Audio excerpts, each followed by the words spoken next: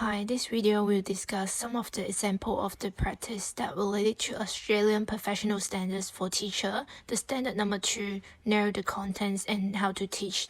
Standard 2.1, contents and teaching strategy of the teaching area. In my placement center, there's many different contents in different rooms. The activities are mainly based on play-based learning.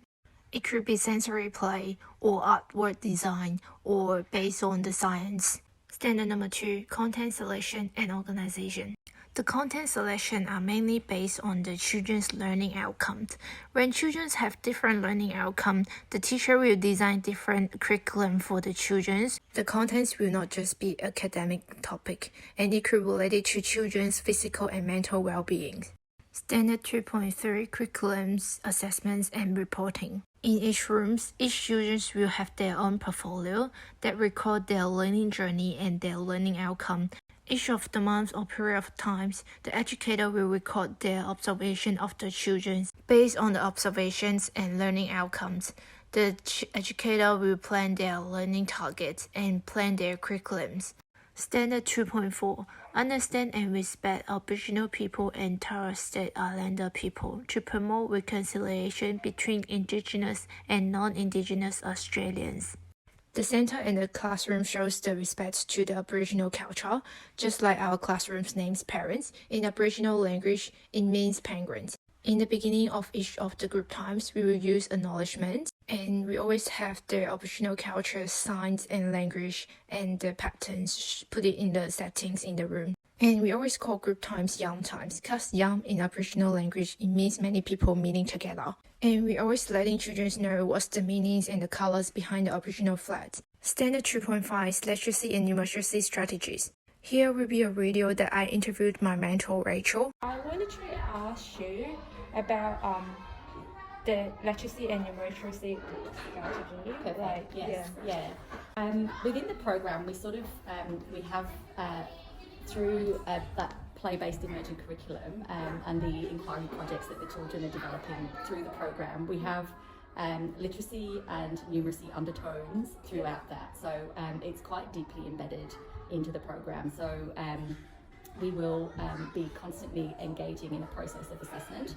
So, you know, how much do they know about particularly the letter sounds, so phonemic awareness, and, you know, how that's developing, and then beginning to extend them to, you know, to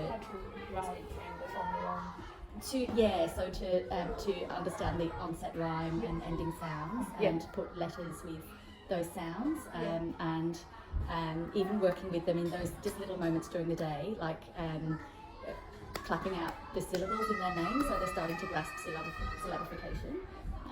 Even during group times, we'll, you know, say if your name starts with the letter, you know, go and get your sunscreen. You know, there's environmental print throughout the program, which we're, you know, sort of encouraging them to engage with. Obviously, modelling advanced language, as well as, you know, language that they readily use. So just constantly trying to extend them, their oral vocabulary as well. So a lot of experiences that we have, maybe in arts or something, will be, you know, quite intentionally designed to build their oral vocabulary, so they're beginning to describe narratives and things like that. Using sentences, and really bringing that descriptive language into their everyday. Numeracy is again something that is a constant process of assessment and then evaluation. So understanding where they are in their number sense, the one-to-one correspondence. Just asking them, so how many do you have, just to assess the understanding of cardinality, and even the stairs and group time, counting how many head counts. So what's our magic number? Count the magic number, and then, you know, so how many do we have?